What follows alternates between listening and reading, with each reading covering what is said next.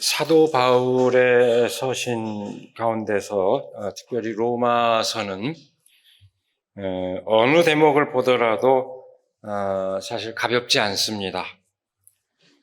그때그때 교회의 문제 상황에 대처해서 해답을 모색한 다른 서신들과는 달리 자신의 경험과 지혜를 모두 동원해서 자기 생각을 일관된 그 논지로 이렇게 펼치고 있기 때문입니다. 오늘 우리가 함께 읽은 본문 말씀 역시 만만치 않습니다.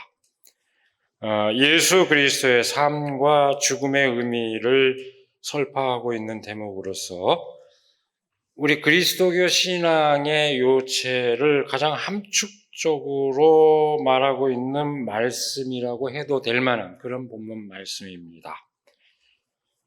어쩌면은 우리 그리스도교 신앙은 오늘 본문 말씀 여기서부터 출발한다 이렇게 얘기해도 지나치지 않을 만큼 중요한 의미를 지니고 있는 말씀입니다.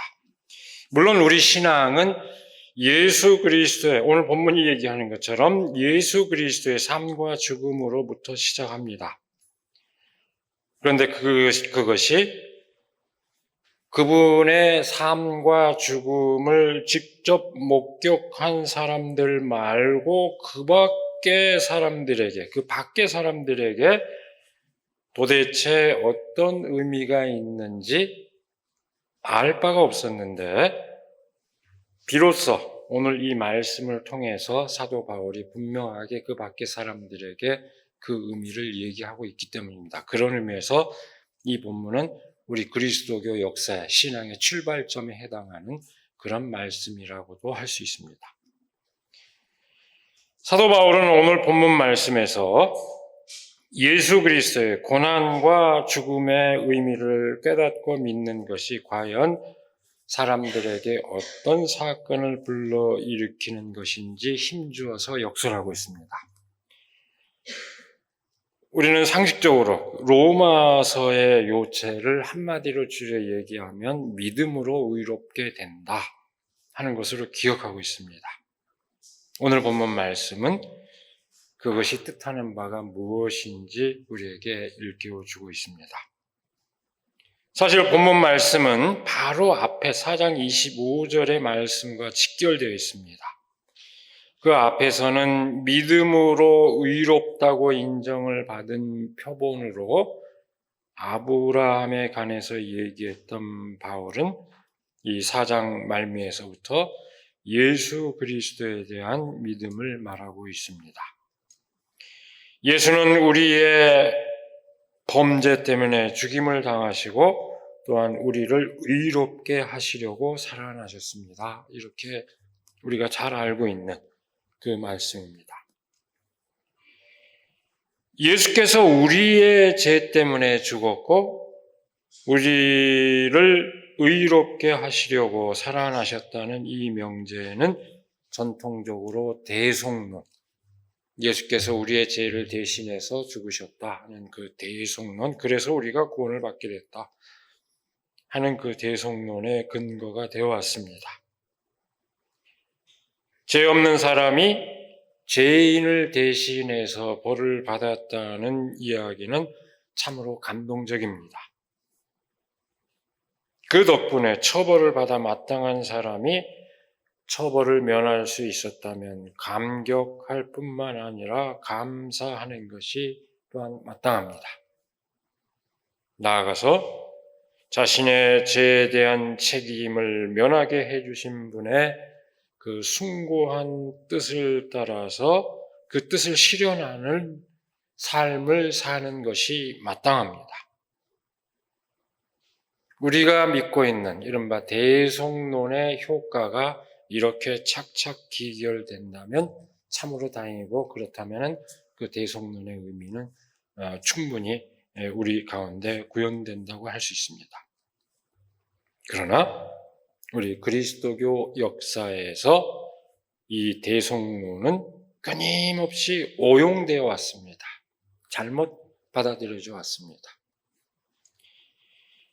일종의 주술적인 효과를 지닌 것으로 여겨져 왔습니다. 예수 그리스도께서 우리의 죄를 대신하였으니 우리에게 더는 죄가 없다 하는 이 믿음은 우리 그리스도인들에게 성찰적이며 실천적인 그 삶으로 인도하기보다, 우리 그리스도인들을 그렇게 인도하기보다 주술적인 안도의 세계로 인도했습니다. 그 믿음을 갖고 있는 사람 자신에게는 물론 살고 있는 세계 안에 그 어떤 변화가 없어도 그저 안주하는 삶을 정당화해 주었습니다. 저마다의 그 주관적인 믿음만 강화해 줄 뿐 아무런 변화 없는 세상을 정당화하는 아주 편리한 도구로 오용되어 온 것입니다. 마치 푸닥거리 한 번 하고 이안을 삼는 것과 같은 그런 효과 정도로 받아들여 좋았습니다. 그렇게 그래서 오용이라는 겁니다. 예수 그리스도의 죽음과 부활에 대한 믿음이 그렇게 그것도 불의한 현실을 정당화하는 것에 지나지 않는 것일까요? 그렇지 않습니다. 예수 그리스도의 죽음과 부활에 대한 믿음은 전혀 새로운 사건, 다시 말해서 새로운 인간과 새로운 세계를 향한 출발점입니다. 오늘 본문 말씀이 바로 그 진실을 전하고 있습니다. 본문 말씀은 먼저 믿음으로 이르게 되는 삶의 궁극적 목적을 선포하고 있습니다.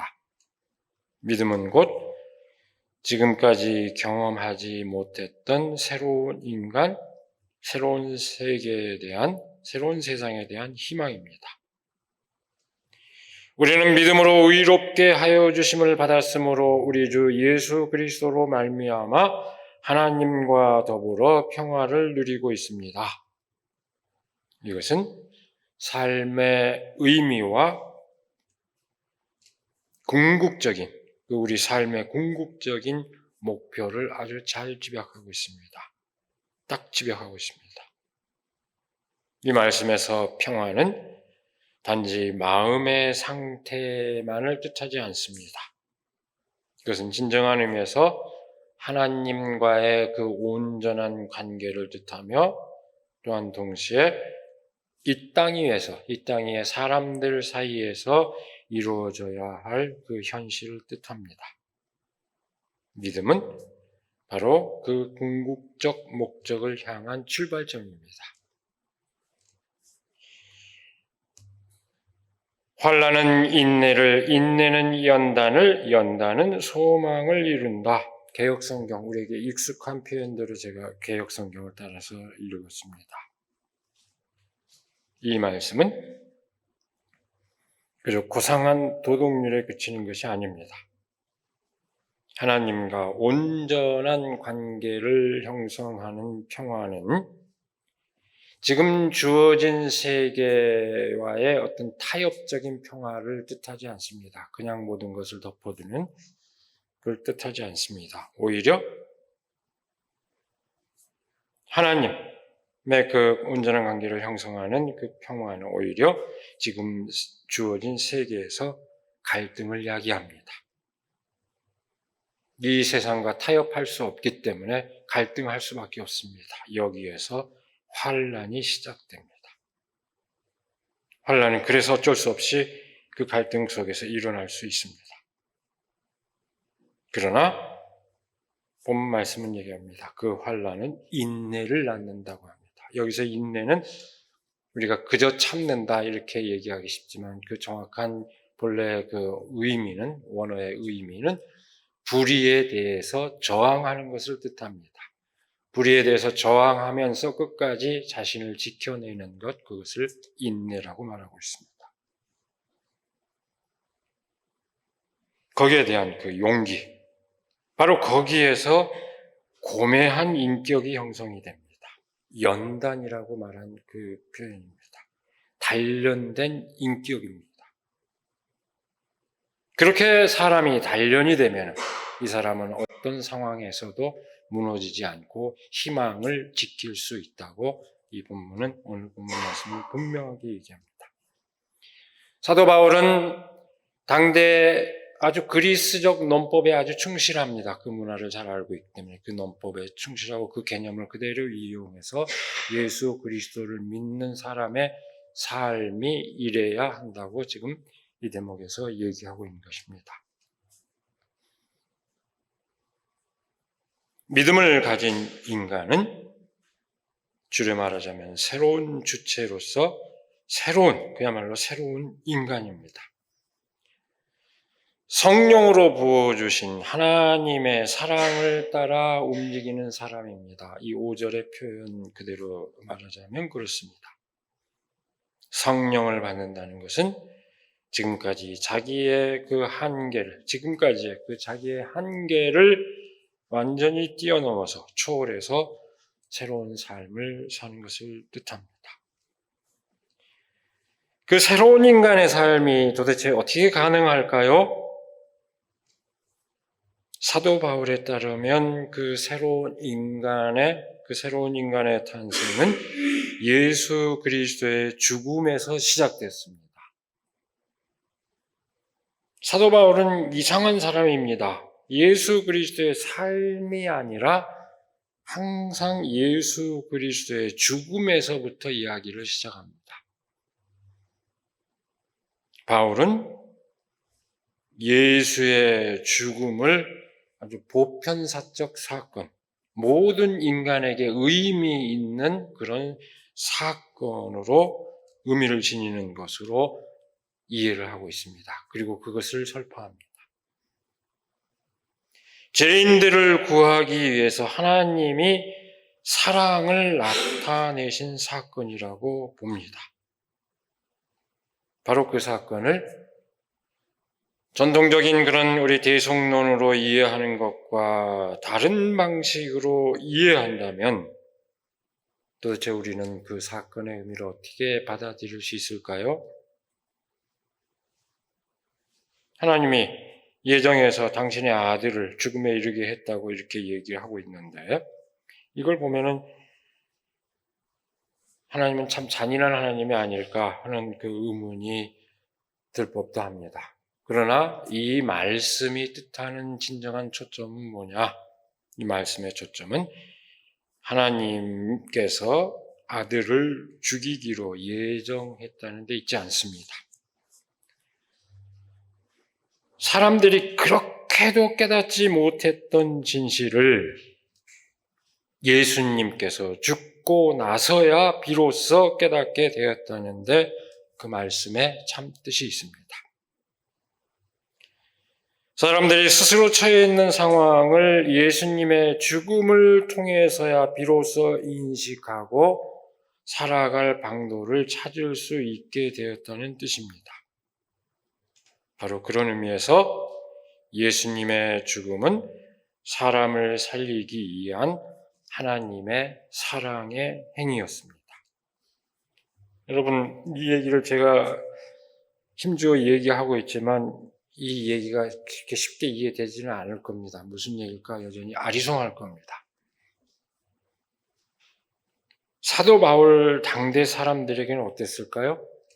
역시 아리송했습니다. 더 낯설었습니다. 사도 바울 당대 특히 그리스 문화권에 젖어 있는 사람들은 더더욱 이해하기 어려웠습니다. 그렇게 금방 이해된 게 아니었습니다.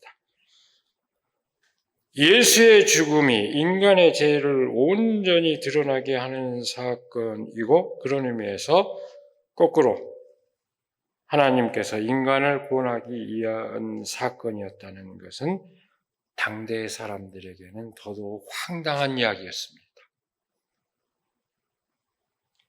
바울이 예수님의 그 죽음을 인간 구원을 위한 보편적인 그런 사건으로 이해한 데는 분명한 이유가 있습니다. 바울이 율법을 따르는 사람들이 주장하는 자기의 그것을 비판한 것은 단순히 유대인만을 공격하기 위해서가 아니었습니다. 한 표본으로서 유대인을 겨냥한 것이지 사실은 또 다른 형태로, 아주 다양한 형태로 자기 의를 내세우는 그리스인을 비판하고 있고, 나아가서는 모든 인간의 자기의 이를 비판하고 있습니다. 그것은 바울이 경험하고 있던 세계에 대한 인식을 뜻합니다. 다시 말하면 로마 세계에 대한 인식을 보여줍니다. 이 세계가 그런 자기의 의, 자기의 정당성, 그것만으로 똘똘 뭉치고 꽉 차 있는 세계다 하는 것을 보여줍니다. 예수님의 죽음, 바울이 세계를 그렇게 인식한, 인간 삶을 그렇게 인식한 바울에게 예수님의 죽음은 바울이 경험한 그 세계와 결코 떼어놓을 수 없는 사건이었습니다. 여러분, 이렇게 생각해 보면 어떨까요? 예수님께서 단지 율법을 어겨서 돌에 맞아 죽었다. 율법을 어기면 유대 율법에 따라 돌에 맞아 죽어야 합니다. 죽었다든지 아니면 로마 제국의 무장봉기를 일으켜서 처형당했다면 그 사건의 의미가 어떤 것일까요?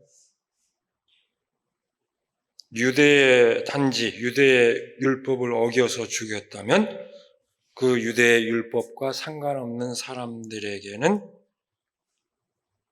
별 의미가 없는 사건입니다. 그 밖의 사람들에게는 의미 없는 사건입니다. 로마 제국의 지배에 군사력으로 무장 세력을 규합해서 이렇게 한 거였다면, 그래서 죽었다면 사람들은 죽을만 했네 이럴 겁니다. 당연한 것으로 여겼을 겁니다. 나는 거기에 합류 안 했으니까 상관없어 이렇게 생각할 겁니다. 이 두 경우 모두, 물론 이 두 경우에도 보편적인 의미가 전혀 없지는 않습니다. 특정한 체제에 의해서 한 인간이 희생되었다 하는 점에서 보면은 보편적인 그 의미를 자체가 없는 것은 아닙니다. 그러나 예수님의 죽음이 모든 사람들에게 의미 있는, 그야말로 세상 모든 사람들에게 의미 있는 사건이 될 수 있었던 결정적인 요인은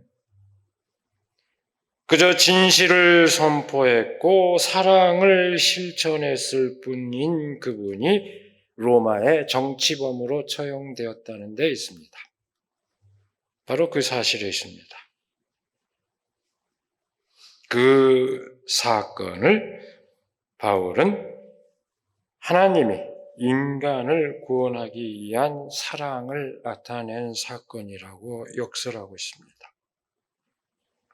저 변방의 한 사내가, 지난주에 우리가 나사렛 예수 얘기했죠. 알려지지 않는, 이름도 잘 알 수 없는 동네에 한 사람이, 물론 아마 그 동네에서는 현자로 추앙을 받았을 겁니다.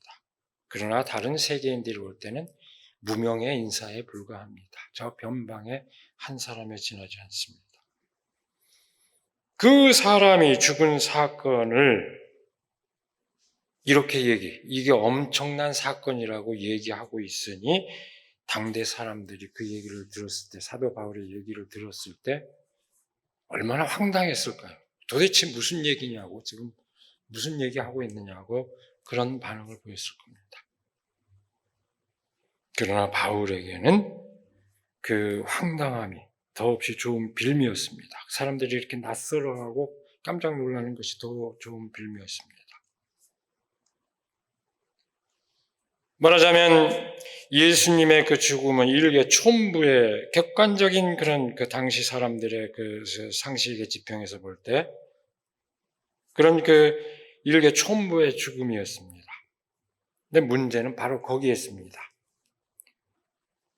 성서가 뭐라고 증언합니까? 사형 집행인이었던 로마의 총독 빌라도마저도 그 이유를 알 수 없어 하지 않습니까? 그러면서도 결국 죽음에 이르도록 충실한 집행자 역할을 맡습니다. 반면에 영화 그리스도 최후의 유혹에서 빌라도가 너 같은 놈이 더 위험해. 사랑을 전파했기 때문에. 이렇게 얘기한 얘기는 아주 적극적으로 예수 그리스도의 삶을 해석한 것입니다만 성서는 빌라도도 나도 잘 모르겠다. 왜 이 사람이 죽어야 되는지 이렇게 다 증언하고 있습니다.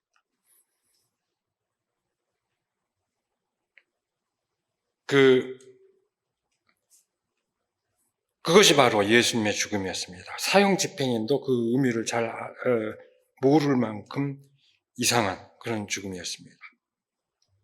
그런데 바울은 바로 거기에서 모든 사람이 그 죽음에 연루되었다는 진실을 깨닫습니다.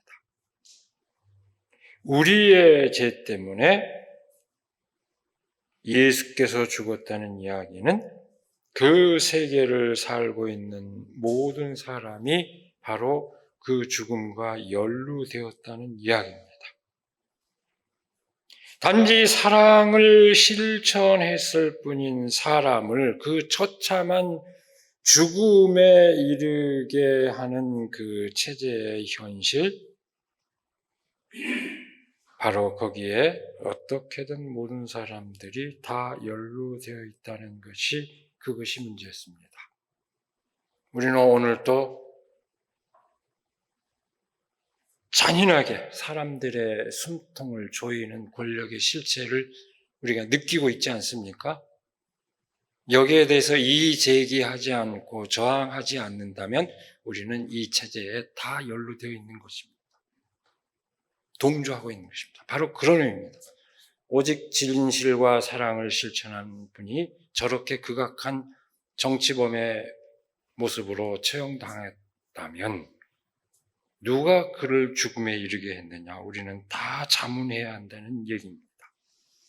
그것이 문제였습니다.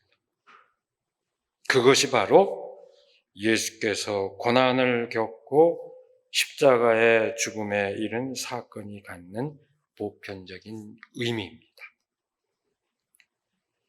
그러므로 예수의 죽음은 그 체제 자체 그리고 그 안에 살고 있는 모든 사람이 죄를 짓고 있다는 사실을 만천하에 드러낸 사건입니다.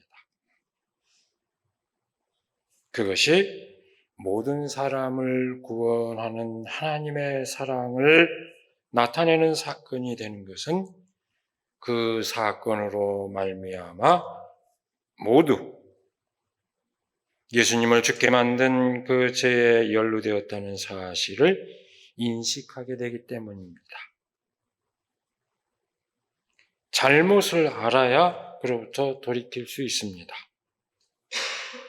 그런 의미에서 잘못을 인정하는 것은 곧 구원의 가능성으로 직결됩니다.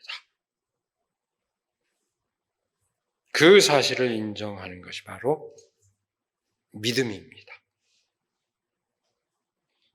아마 오늘 말씀의 요체를 그렇게 얘기를 하면은 우리가 당장 느끼기에 지나친 얘기처럼 들릴지도 모릅니다. 내가 다 이 죄 체제에 연루되어 있다? 너무 우리 기독교 신앙이 우리 사람을 너무 윽박지르는 거 아닙니까? 이렇게 너무 지나친 얘기로 들릴 수도 있습니다. 내가 특별히 사악한 죄를 저지른 것도 아니고 그래도 나름대로 선하고 의롭게 살아보려고 노력을 하고 있는데 그런 입장에서 보면 무고한 사람을 죽음에 이르게 한 체제에 그래도 당신도 연루되어 있습니다. 이렇게 얘기하면은 아마 억울할 겁니다. 그러나 예수님의 십자가 이에서의 죽음의 의미를 새기는 이 바울의 선포는 인간 스스로의 실존을 밑바닥 근원의 차원에서 아주 되돌아보게 만듭니다. 우리가 이런 비가 오고 환경이 파괴되는 현실이 있지만 우리가 여기에 어떻게 기여했는지 이걸 밑바닥부터 다 들여다보게 하는 그런 의미와 똑같습니다. 그렇게 들여다보며 인간의 삶이 어떤 문제가 있는지 깨닫고 진정으로 새로운 인간으로서 새로운 세계를 희망하고 살도록 일깨웁니다. 그것은 인간의 무력함을 강조하려는 것이 아닙니다. 거꾸로 전적으로 새로운 가능성의 새로운 가능성의 그 세계에 인간 스스로를 내맡기도록 하기 위해서입니다.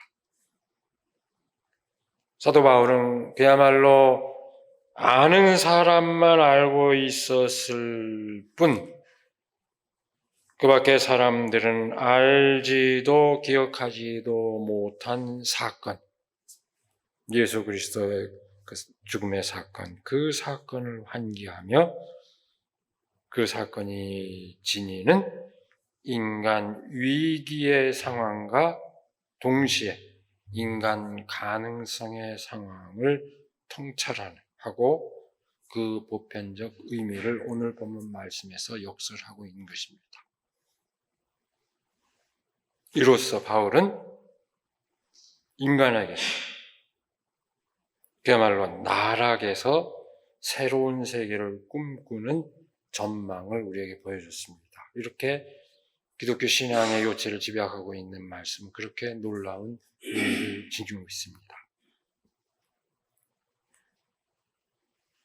사도 바울이 역설하는 진실은 우리 그리스도인들이 얼마나 예민한 감각으로 스스로의 삶과 세상의 현실을 돌아보아야 하는지를 일깨워줍니다.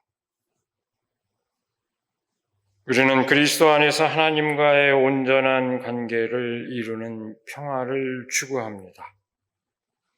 그리스도 안에서 그 믿음을 추구한다는 것은 그리스도께서 삶과 죽음으로 그 길을 보여주셨다는 것을 뜻합니다. 궁극적 목적은 다시 확인합니다만 단지 마음의 평화로 그치지 않습니다.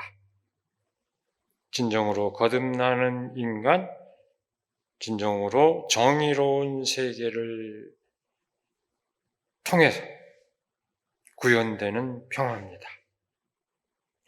우리는 환난을 자랑합니다. 우리가 알기로 환난은 인내력을 낳고 인내력은 단련된 인격을 낳고 단련된 인격은 희망을 낳는 줄을 알고 있기 때문입니다. 이 말씀의 의미를 거듭 새기시기를 바랍니다. 강요된 세상의 거짓평화, 그 거짓평화의 실체가 뭡니까? 강의 논리입니다. 힘에 의한 평화입니다. 상대를 제압하고자 하는 논리입니다. 그 거짓 평화를 넘어서 진정한 평화를 추구해야 합니다. 그런데 그렇게 그 진정한 평화를 추구하는 것은 번거롭고 성가시게 느껴질 수 있고 우리를 갈등 상황에 내몰 수 있습니다.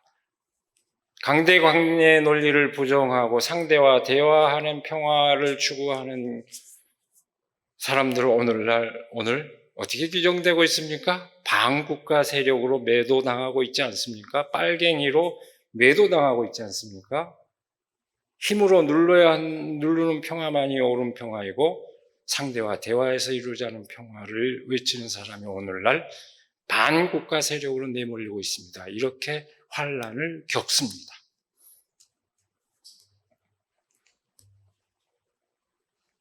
그러나 그 환난이 의미 없는 건 아닙니다. 그것은 오히려 악에 대항하면서 버티는 힘을 더해줍니다. 이로써 인간은 스스로를 아무렇게나 맡겨버리지 않고 그야말로 우뚝 설 수 있는 단단한 주체로 단련이 됩니다. 그 가운데서 우리는 희망을 굳게 붙들 수 있습니다.